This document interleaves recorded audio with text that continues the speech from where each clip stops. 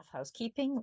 Amanda, thank you so much for giving this presentation, and I'm really looking forward to it. Thank you.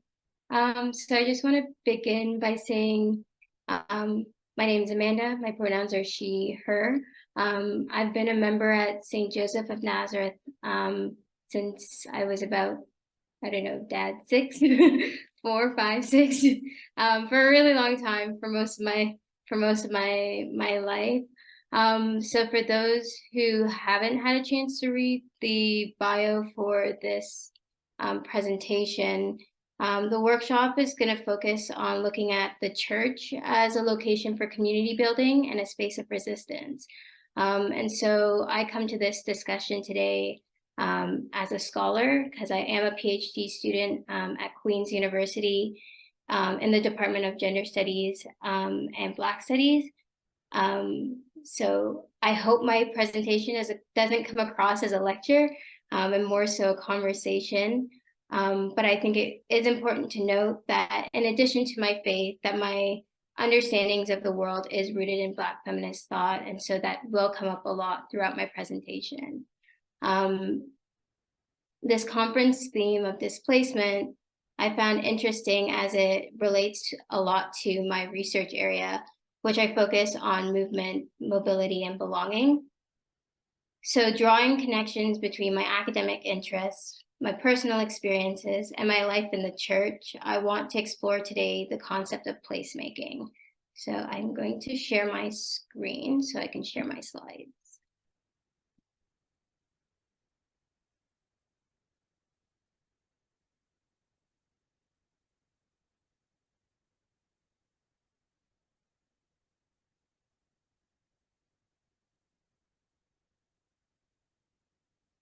So I first come to this idea of placemaking through the work of Catherine McKendrick, who is a Black feminist geographer. She's also my supervisor for my PhD as well as my mentor. Through her work, she provides a perspective and a discourse to negotiate space and place beyond physical location. So beyond a building, beyond a border, beyond what we understand as nation, and to be inclusive of geographical imaginations and social relations. So by looking at the socio-spatial relationships and practices, I examine placemaking in constructing memories, identities, and resistance, as well as being essential to determining a right to belong.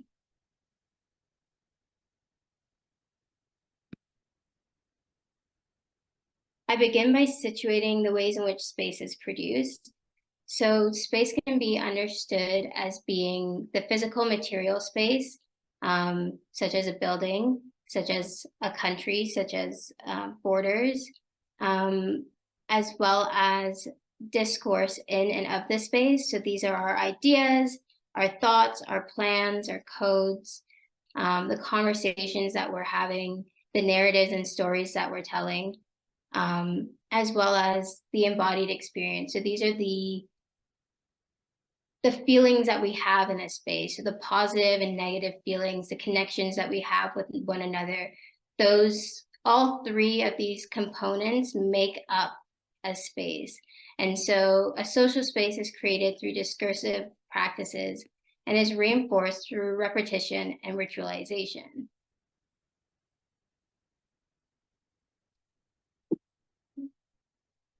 So considering these three components, the physical, the discourse, and the embodied space, I wanted to open up a discussion on what makes a church a church.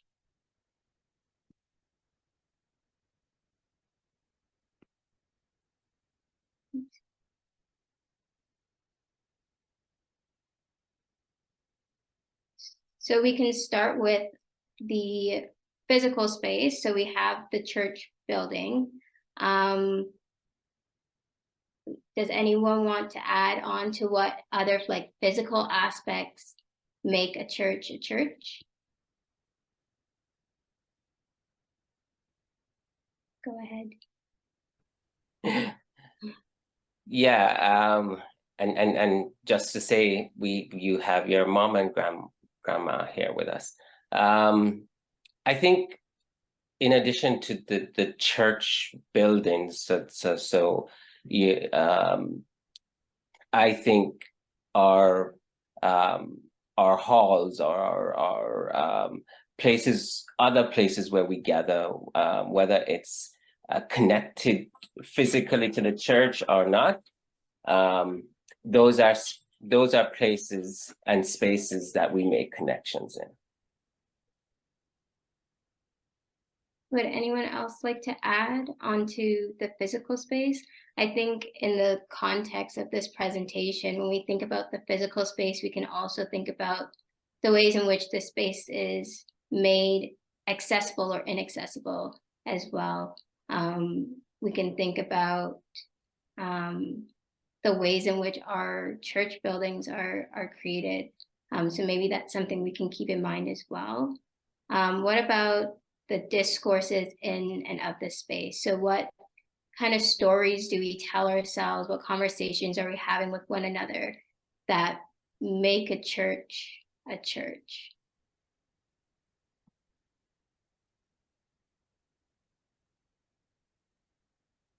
Well, to me, a church is the people. Yes, it's nice to have a lovely building, and I really do love cathedrals and all kinds of beautiful churches, but it's the people that are the church. And where two or three are gathered together, it doesn't matter where you are the church.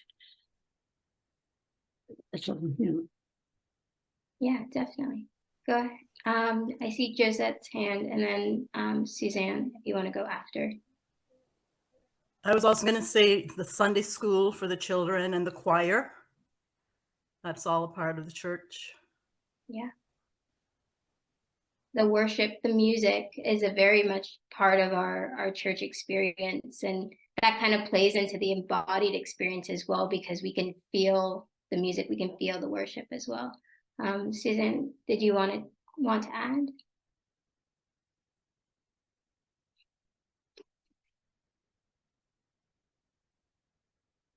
There we go.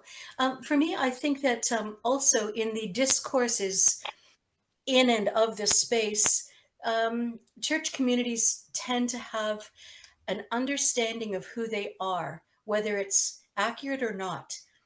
This is who we are. And I think it's sometimes almost unspoken. It's in the history and woven through the context of being together is just some kind of sense of like, we are the ones who feed the neighborhood, or we are the ones who welcome everybody, or we are the ones who expect you to dress a certain way.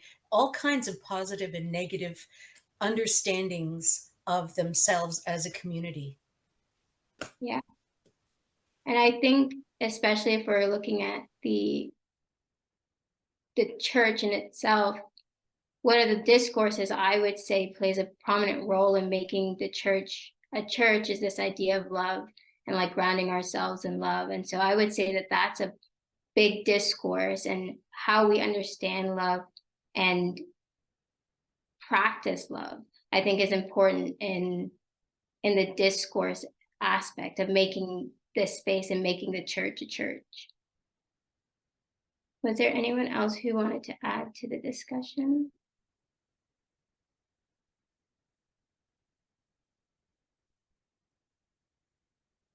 Go ahead, Andrea. I think very often that the discourse is about how welcoming we are. What a welcoming space we are. What a diverse congregation we are. And I'm seeing a bit of that now with my own parish.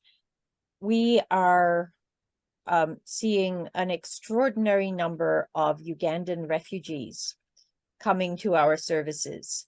And at some point, the congregation are going to have to realize that actually it's not just the congregation welcoming a lot of Ugandan refugees.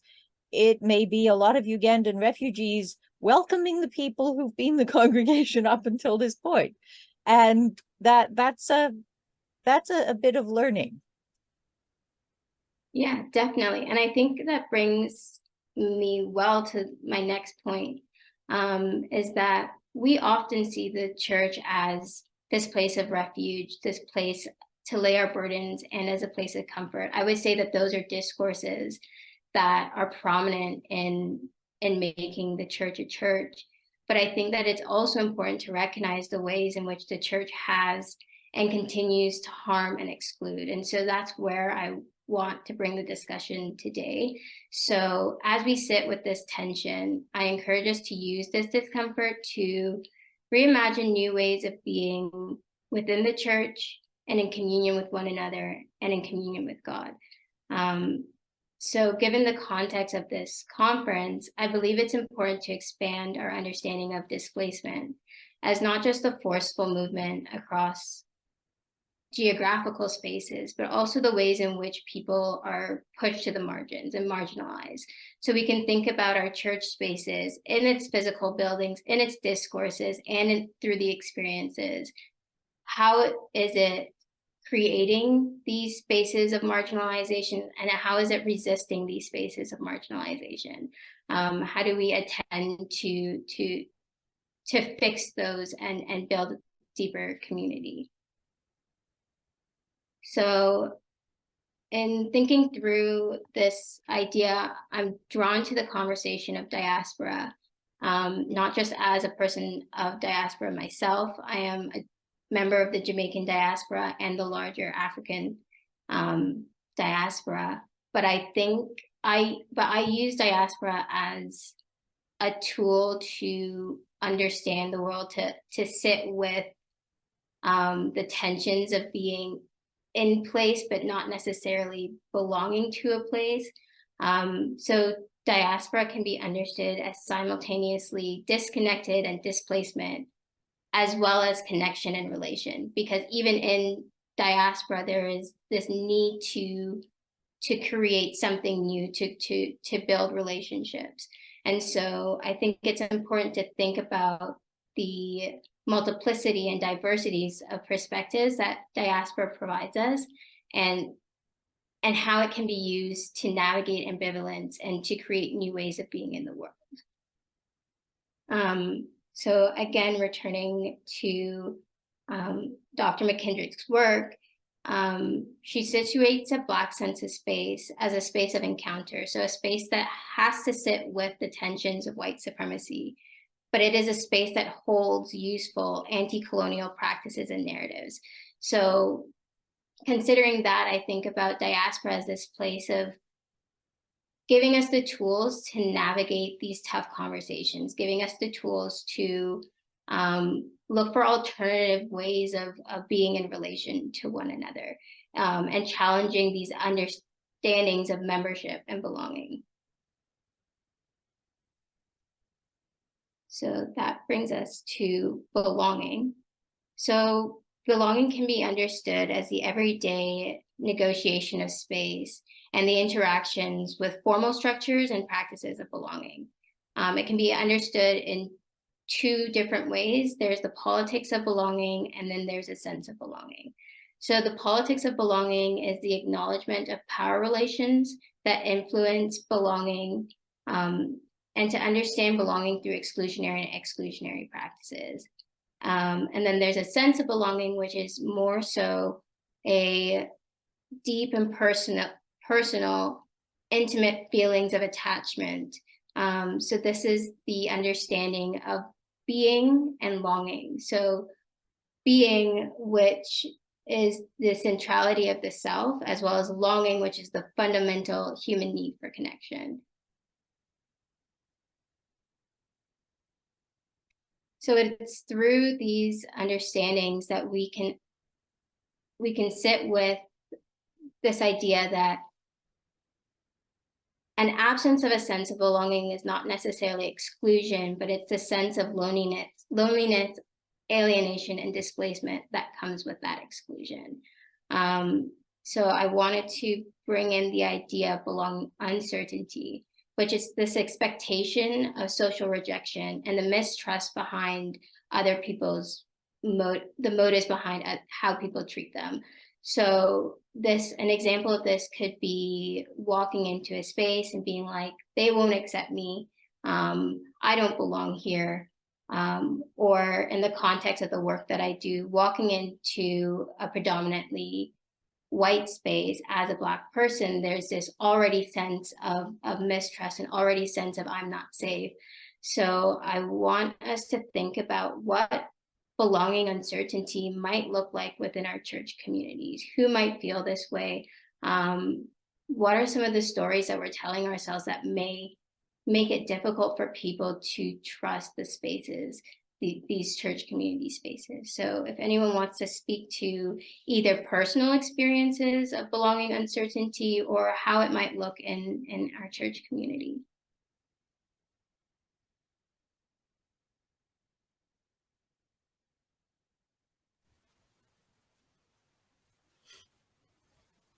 Go ahead, Susan. I had an experience of me, the white priest lady, crashing in on a situation without understanding. So there was this brilliant person of color who I would love to have had as a warden, and he just put on the brakes and he said, "Hold your horses, they're not ready." And I wasn't seeing, because I was in the context of being a white person in a predominantly white church, I wasn't seeing his perspective. He wasn't afraid. He wasn't being mincing or anything like that. He was just very clear. Suzanne, they are not ready for an Arabic person to be a warden in this church. And he had to sort of walk me through it. I felt very ashamed that I was so blind, and he ended up being right. And I just had to sort of backtrack and start where the issues really were. I tried to get underneath the colonization of the structure that just exists without, often with white people not seeing it, because it doesn't affect us in the same way. So that was one experience of a person certain he didn't belong in that way, and my, you know, my white lady surprise at encountering it, and then having to back up and do some really digging and some hard work, which mostly involved listening. Yeah, definitely. And I think listening is a big part of kind of attending to this unbelonging. So if we listen to the people that we are marginalizing, if we actually take the time to hear why they're feeling the way they're feeling, then we can attend to the issues at hand. Anyone else?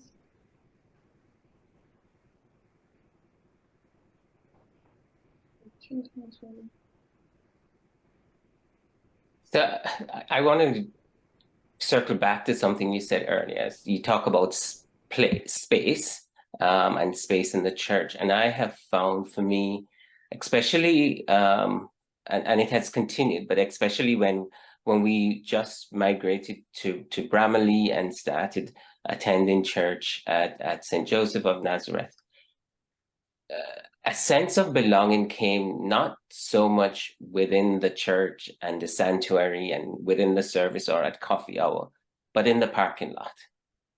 Mm. In the parking lot where we could gather and have, and at this, now I can say it was safe and courageous conversations. I couldn't have had those conversations at coffee hour. And my sense of belonging, and belonging not just to the parish, but belonging in Canada, in Ontario, in Brampton, Bramalea, came from there. We shared similar religion. The service, the rituals were familiar. But settling was not. This was not what I was used to. But this was, by engaging with others in that parking lot, was where we were able to listen, to hear, to understand, and then to support. And I think that, for me, that's when that sense of belonging came about.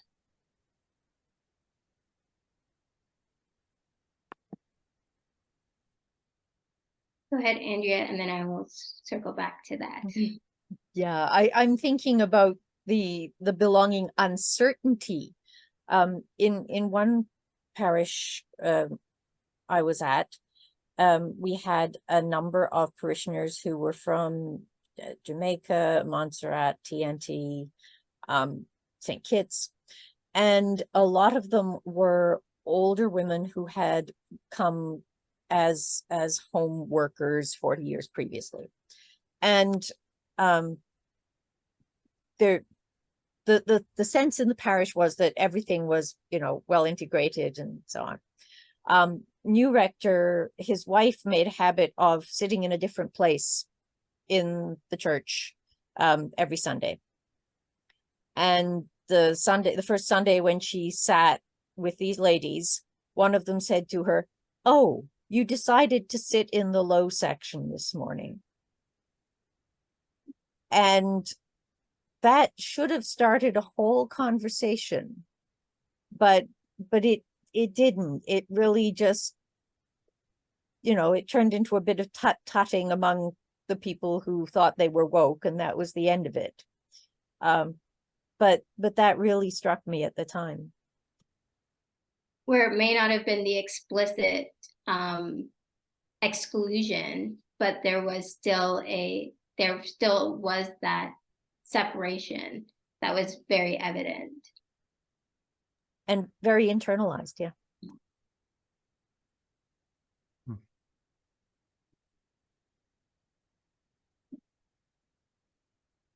Okay. Anyone else like to add to this conversation of either belonging uncertainty or how we attend to that belonging uncertainty?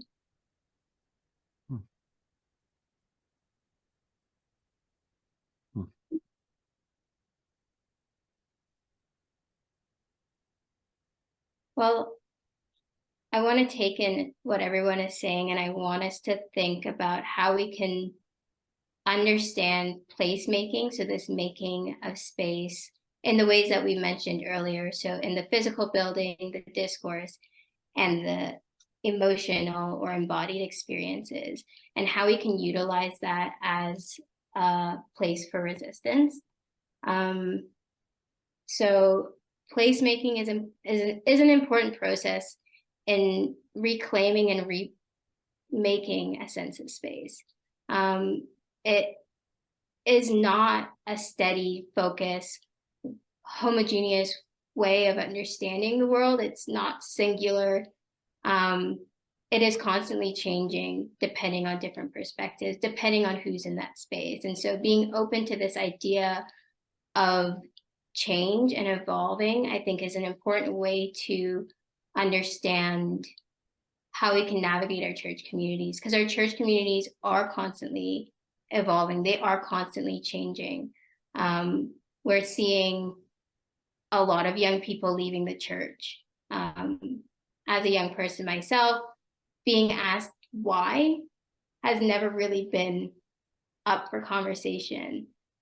So are we listening to the changes that are happening? Are we listening to what is happening? And are we doing what needs to take place to make those changes necessary?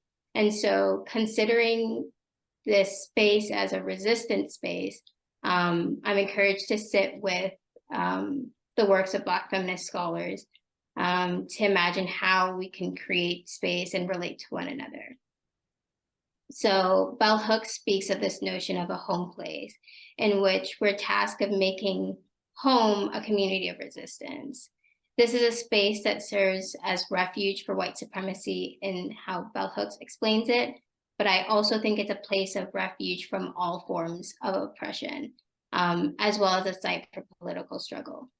Bell Hooks also speaks of a love ethics, which is moving beyond our individual needs and instead moving towards collective liberation.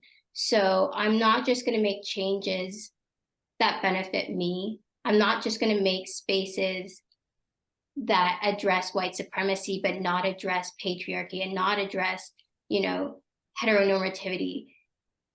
If we want the space to be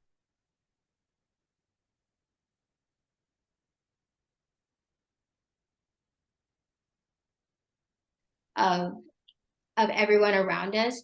And so this idea of collective liberation, I think, is important in how we think about how we can use the church's message to create these communities of resistance.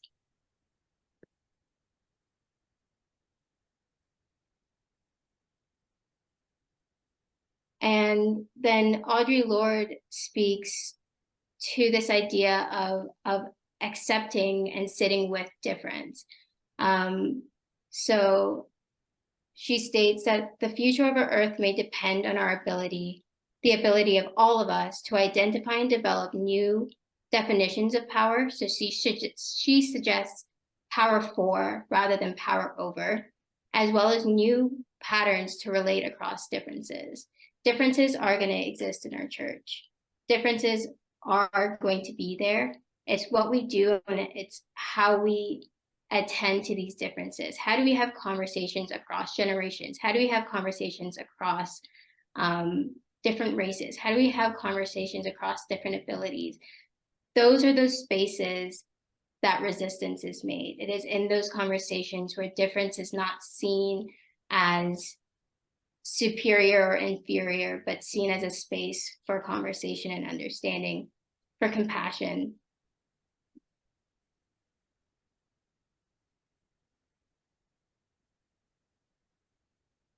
So considering these ideas, I want to return to the question that I started this presentation with how can we reimagine new ways of being in church and in communion with one another? So this is the end of my presentation. We can start the Q&A with this question, and then I'm happy to answer any further questions.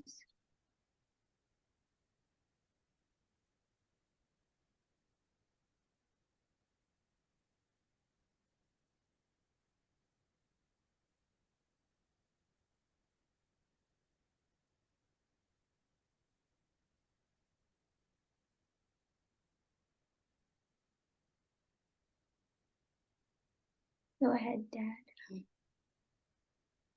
It's not me this time. In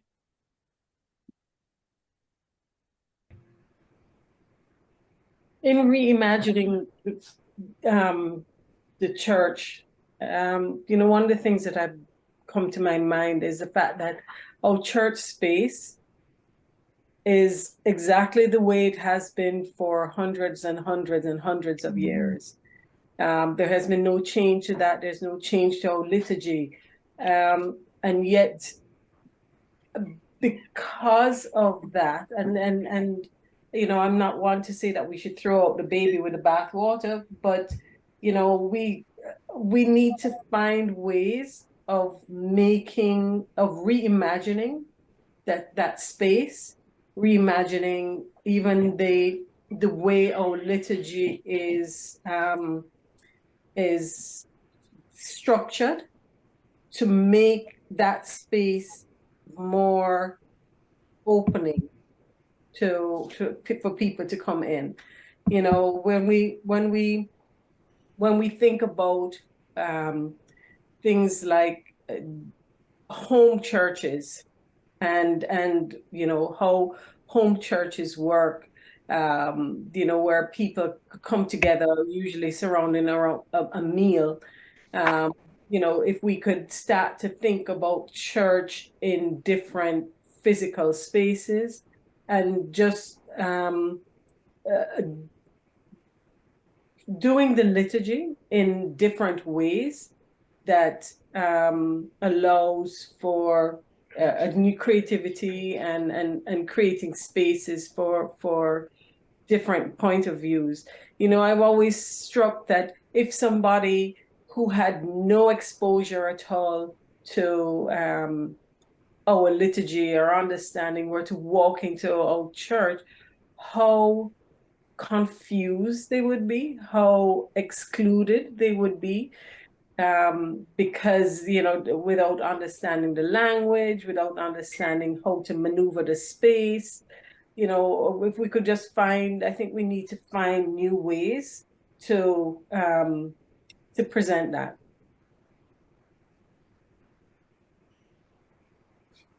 I see that Claudette has her hand up. Okay, I think the last speaker touched on something that I was going to say. Thanks very much. In order for us to reimagine new ways of being in a church, I really think that we should recognize, first of all, the different places people came from, the different experiences that people have. And if we continue to have one way of expressing church, I think that it will alienate a lot of people.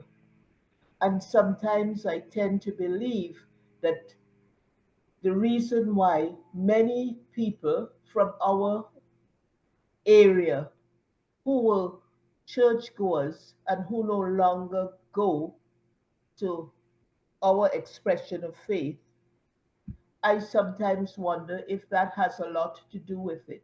It is important in any circumstance that when people go into a particular space, they can relate to what is going on.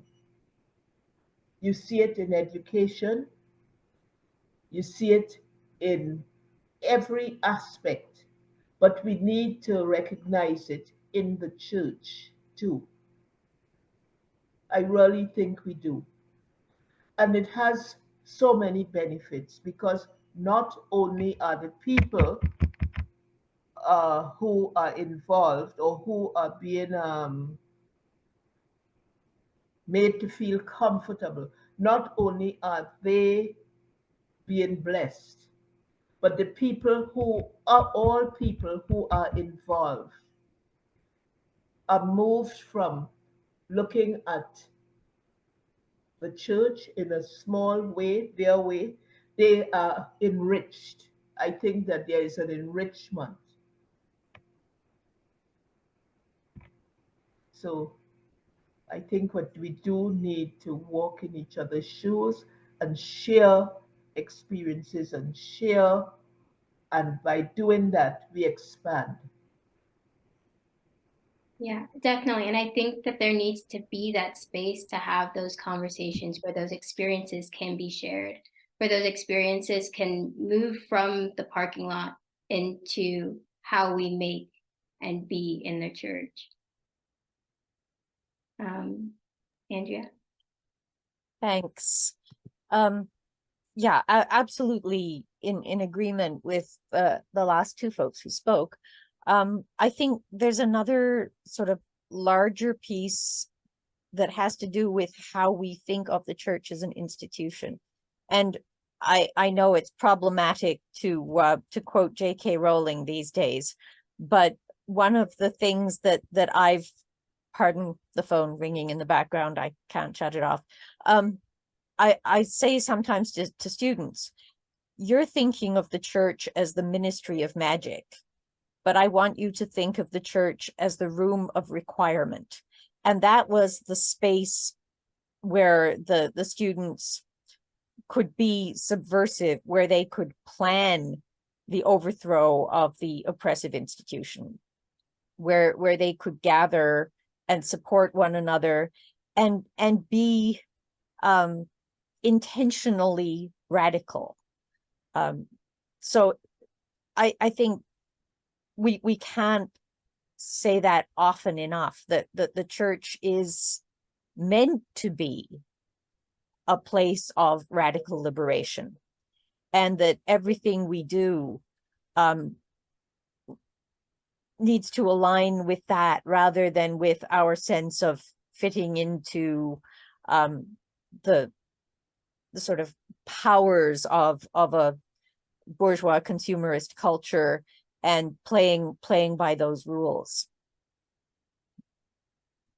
Definitely. And I think I've been in conversations with my parents, obviously, in preparation for this, but also thinking through our church is celebrating confirmation this this Sunday for a lot of our young folk.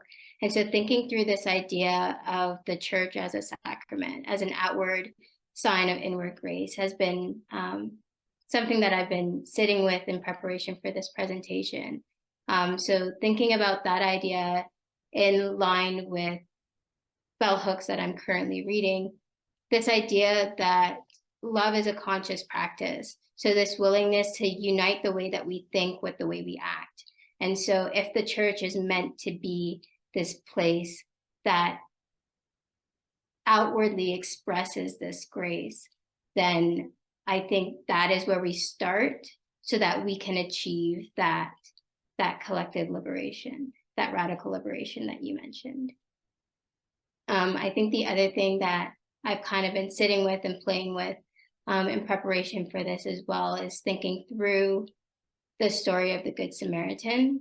And so sitting through this idea of, there's a lot of focus on the action of the Good Samaritan, but there isn't a lot of conversation about the others who have passed by. And so one of the things to me was the rabbi, where even though the rabbi has this strong faith, the structures of the faith limited him from being able to give aid. So how can we think about the ways in which the structures of our space as limiting us from doing the good work that we're intended to do?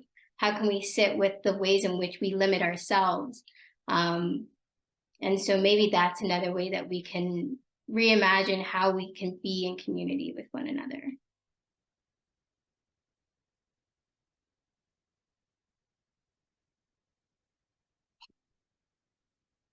So did anyone have any thoughts?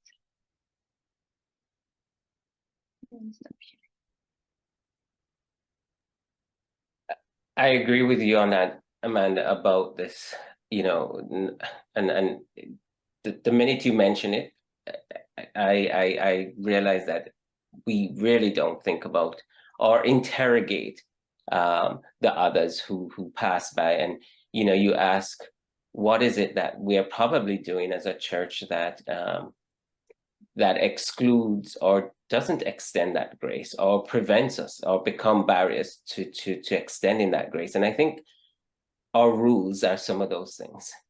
And I think this is where we need to have conversations, not just within our parish, but within our diocese, because the diocese is where the rules are made. And I don't think they ever consult members of the church. They don't consult the laity about these rules that we're making. Many of us are volunteers, right? And it makes it, and especially now, it makes it very challenging for us to volunteer. It makes it very challenging for people with children or caring for loved ones, whether it's their parents or spouses, partners. It just makes it very difficult to be sometimes part of the church as much as we want to be. It makes it challenging for young people to be part of the church. And I think this is one of the things where we have to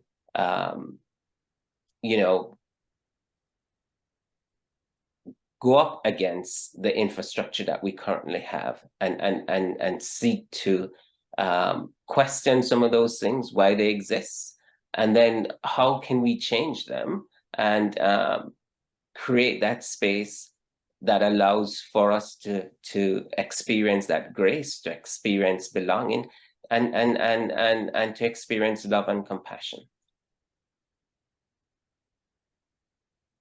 And I see my friend Suzanne has her hand up.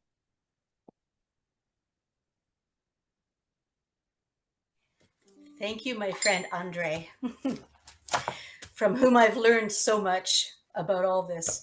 I think I might have to call on Andrea Budgie for help with this, because I'm trying to remember a quote from seminary. I think it was Andrew Schmeeman who said, The church is the one institution that exists for everyone who doesn't belong. Does that sound familiar? It's Michael Ramsey, Thank former you. Archbishop of Canterbury. The church is the one institution that exists for the benefit of those outside it. And I often hear it misquoted. People who are trying to be evangelical say, who are not yet part of it. As if our work in the world were entirely intended to bring people into our clutches. But that we exist for the benefit of those who are outside our institution. Yeah, thanks for remembering that one, Suzanne. And thanks for correcting me on the author, because I knew you could. By the way, folks, if you ever have any questions, ask Andrea. She knows everything. And I mean that in the best way. She's one of those brains of our institution that holds it all together. But having said that, we don't act that way a lot of the time. Yeah. My daughters are millennials, and they have a bunch of great friends around them that all know, oh, Rachel and Lisa's mom is a priest. And it's caused lots of conversation and that sort of thing. And here's something I've noticed. They don't give a rat's behind about the creeds, the dogma, the doctrine. They know that there's a basic sense there of, well, you know, Jesus said, everybody belongs, and let's help those who are vulnerable. That's kind of the basic theology they carry with them. And they do not like to come to the liturgy the way it is presented. Not that there's anything wrong with that, because I kind of like liturgy. However, they're not interested. But anytime the church had something where they needed help to help their neighbors, they were there in droves. They were there at the bake sales. This money is going to our little cache of money that we use to feed about 160 people every week, and we're not a rich church. They would be there. We need help fixing the church up. They came with vacuum cleaners and buckets and pails. So I think that in this, that's just sort of one example of people being excited about what the church is doing, but not really caring about a lot of our rules, and not having any interest in going through the confirmation classes, learning what a bishop wears on his head. They don't care, or her head. They don't care. But they really do care, and throw themselves right into helping. So that is one way in which church can challenge itself to be just to think a little broader and relax a little bit. So, because I've always fought with this, I've always been kind of both end. Oh gosh, who was it? An Anthony Trollope novel or something, The Barchester Towers, where the one guy says, I can argue equally effectively and with equal passion on both sides of an argument. And that's kind of me, but I kind of feel like there are some wonderful things about liturgy and practice and learning the theology and learning the rules. It's good to have some clergy there to keep us from going nuts in one direction or another. But there's also, again, from Anthony Trollope novels, once we do become like the kingdom of God, there will be no more need for clergy people. And so to trust the people of God to do what we think that we have to hold on to. Let somebody run a Bible study. You don't have to be there like the theology police, you know, let them go crazy. But I think my comment is particularly about young people, and how my children, having been raised in the church, were just so frustrated because it was so few times they were allowed to have reign and go. Once my daughter, who is in film, she was taking film at university, and she was given the go-ahead to direct the nativity pageant, which was very different from the normal nativity pageants. It was very funny, but at the end it got to the point and the people actually loved it and all their visiting family. So just little things like that where I think we need to breathe. Sorry, that was a bit long. Sorry. No, I think that's very important, especially as myself coming as a young person. And I've had this conversation with my parents about the tensions that as a young person I feel with the church, and where I fit in that conversation.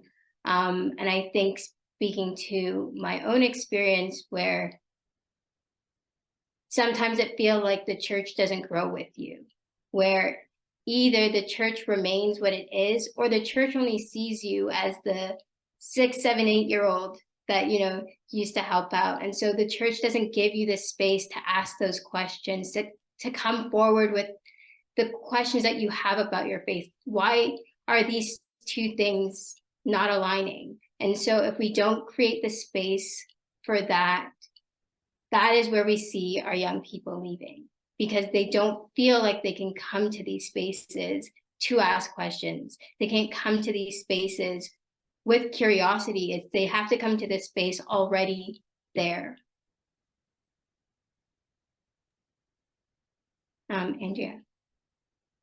Thanks. I think, going back to something Suzanne said, one of our failures is that we don't make the connection between our theology and our creeds and the radical liberation piece the way we could. You know, we say that we believe that Jesus Christ is the Son of God incarnate as a human being. And because God cares enough to be one of us, this is why we try to be in solidarity with each other, because God is in solidarity with us. And if you can make that connection, if you can talk about sacraments in that kind of way, then I mean, you're not going to get young people flocking on Sunday morning, because honestly, they've got better things to do. And they've also got BS and hypocrisy censors like nobody's business. But, you know, we're not very good at talking about our theology in ways that aren't just dry repetition. And we take people to the age of 12 or 13 and then tell them, well, that's it. We gave you all the stories, you know about Noah and you know about the baby Jesus. And now we expect you to become fully paid up members of a grown-up church. And I mean, they walk, and who can blame them? But if we can make the connections between what we believe and what we believe we have to do, and how we can be with and for each other more powerfully for people, I think that would have to be a good thing. It's not going to be perfection, and it's not going to be the kingdom of heaven yet, but it might be a step in the right direction.